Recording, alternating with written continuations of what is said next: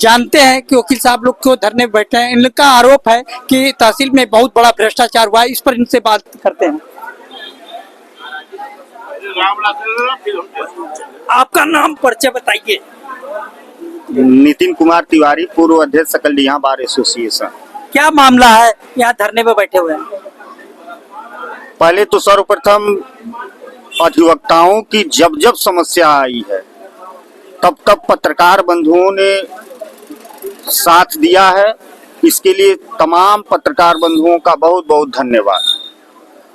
समस्या ये है कि आज कई दिनों से बार बार उच्चाधिकारियों का, तहसील के कर्मचारियों से तमाम जनमानस की समस्या बताई गई, जिसका कि बार बार 1 हफ्ते में हो जाएगा, 10 दिन में हो जाएगा, यही कल कह के उनके द्वारा टाल दिया जा रहा है।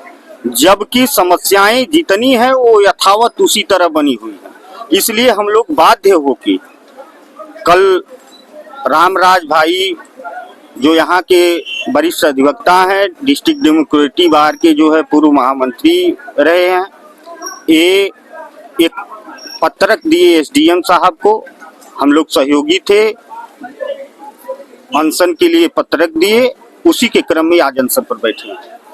क्या है मामला भ्रष्टाचार का?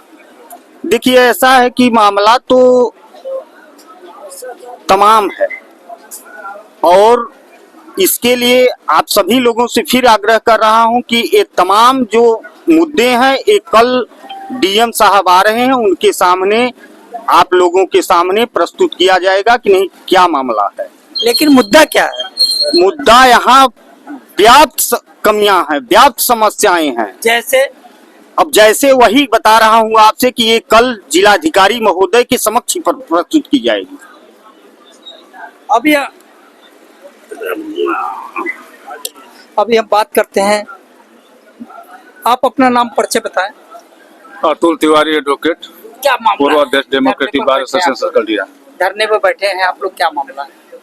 एकमात्र हम लोगों का बैठने का जो उद्देश्य यहाँ पर है, हम लोग तमाम अपनी समस्याओं को और आम जनमानस की समस्याओं को लेकर उच्चाधिकारियों और जिलाधिकारी महोदय के सामने प्रस्तुत हुए। इसके संदर्भ में मीटिंग भी हुई, लेकिन जिन मुद्दों को हम लोगों ने मिल करके रखा था, अभी तक एक भी मुद्दे का निस्तारण नहीं हुआ है। आखिर मुद्दा क्या है? इसके लिए इस कमेटी के द्वारा हमको जो निर्देश दिया गया है वो लिखित रूप से उप जिलाधिकारी महोदय को दे दिया गया है। उसके विषय में जो कुछ भी कहा जाएगा कल डीएम साहब के सामने कहा जाएगा। लेकिन डीएम साहब के सामने किया जाएगा तो आज धरने में बैठने की क्या जरूरत पड़ी? धरने पर बैठने की जरूरत इसलिए पड़ी कि इसके संदर्भ में हम लोगों ने यहाँ के उप जिलाधिकारी और तहसीलदार महोदय से कई बार अवगत कराया। अवगत कराने के बाद उप जिलाधिकारी महोदय के द्वारा मीटिंग भी ली गई और अभी तक उन समस्याओं का समाधान नहीं किया गया, बल्कि समस्याएं बढ़ती जा रही हैं। क्या समस्या है? समस्याओं के विषय में फिर से आपसे निवेदन करता हूं, आप तो अच्छे पत्रकार हैं, हमको यहाँ ऊपर से निर्देश है अपने बार एसोसिएशन के द्वारा कि उन समस्याओं को लेखनी के माध्यम से हम लोग एसडीएम साहब को दे दिए हैं। इसका उजागर कल डीएम साहब के सामने किया जाएगा। धन्यवाद। आप चाचा अपना? मैं हजारी सिंह, एडवोकेट, पूर्व अध्यक्ष सकलडीहा बार एसोसिएशन सकलडीहा। आज धरने पे बैठे हैं, यहाँ बोल दे रहे हैं पूरी बात। अधिवक्ता तहसील कैंपस में आता है, किसानों को और वादकारियों को और गरीब दलितों को न्याय दिलाने के लिए। विगत 1-1.5 साल से पूरे किसानों की खतौनी को नष्ट भ्रष्ट कर दिया गया है। किसी भी किसान का अंश सही नहीं है,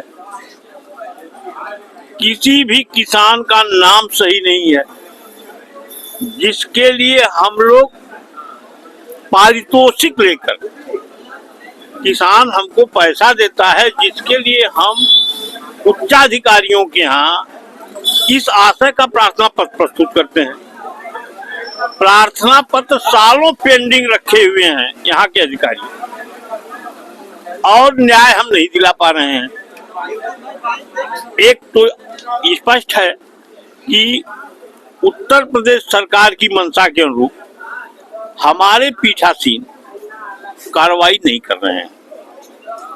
दूसरी चीज, अपनी साख बचाने के लिए अनियमित तरीका अपनाकर, अविधिक तरीका अपनाकर के मुकदमों को खारिज कर देना, किसी भी फाइल में राजस्व निरीक्षक के यहाँ भेज देना, फिर पता नहीं लगाना कि राजस्व निरीक्षक उस पर कार्रवाई किया कि नहीं किया। जब हम प्रार्थना पत्र लेकर के जाते हैं, बस उसी राजस्व निरीक्षक कार्रवाई करे,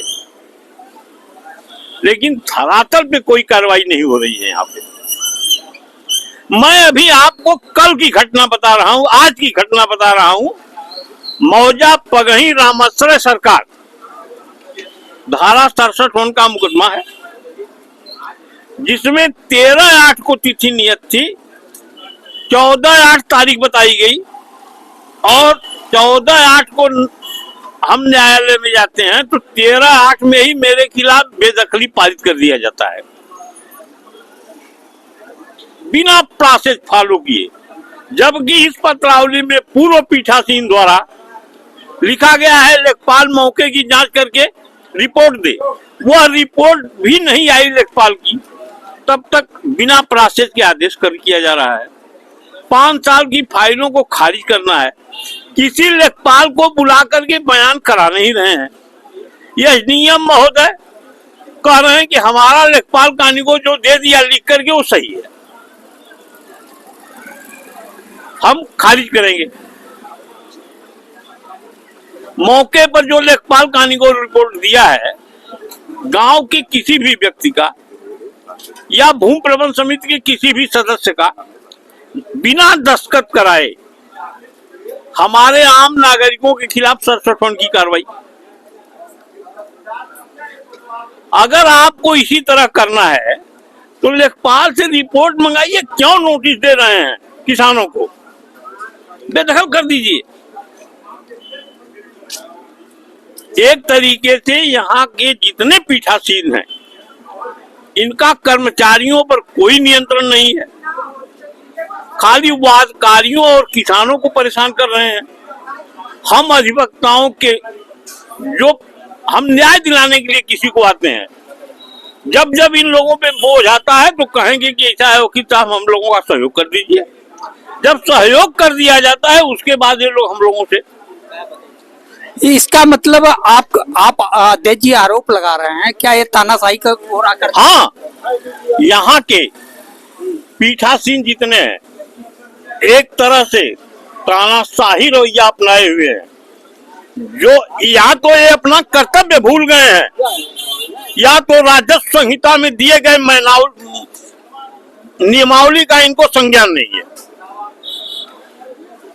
अगर राजस्व संहिता के नियमावली का, मैनुअल का पालन करते हुए करें तो कोई वकील इनके विरोध में नहीं होगा।